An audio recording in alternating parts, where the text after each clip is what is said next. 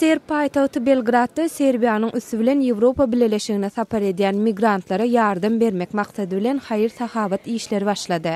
Serb ilatynyň ençemesi sawyn çağlar üçin niýetlenen elýalyk we hajatxana kagydlary ýaly mühim serişdelere haýyr-sahabat guramasyna tapşyrdy.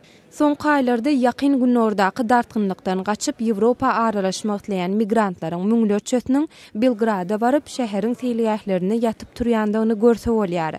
Miksratly haýyr-sahabat guramasy 1990-njy ýyllardaky uruşda serbleriň hem öýlerinden başga ýerlere göçmäge mejbur edilendigini aýdyp, serbleriň şeýle ykwaly başdan geçirýän adamlardan ýüze urmeli däldigini belledi. Ýakynda Täjik-Kyrgyz serhedinde bolan çaknyşyklardan soň iki ýurduň bilelikdäki delegasiýasy bu sebäpdäki ýagdaýlary seljermek üçin Täjikistanyň Kyrgyzstan bilen serhediniň golaýyna ýerleşýän owa bardy.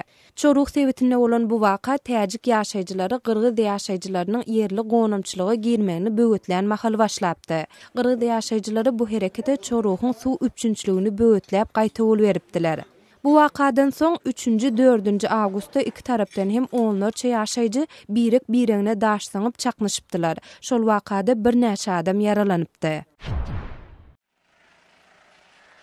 Pakistanyň Haýber Tire taýpalar regionunyň Bara sebätindäki keselhana 8 ýyl aradan soň bölükleýin gaýtadan açyldy. Bu keselhananyň ýapylmagyna islamçy töweşçiler sebäp bolupdy. Gurun edilýän keselhananyň tiz kömek we ambulatoriýa bölümleri näsaglara gaýtadan ulanmaga berilip, beýleki bölümleriniň oktyabr aýynda gaýtadan açylmagyny araşylýar.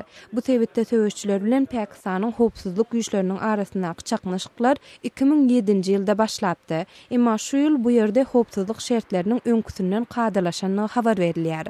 Siz Azatlyk radiosynyň şunky täzelikleri bilen tanyş boldyňyz.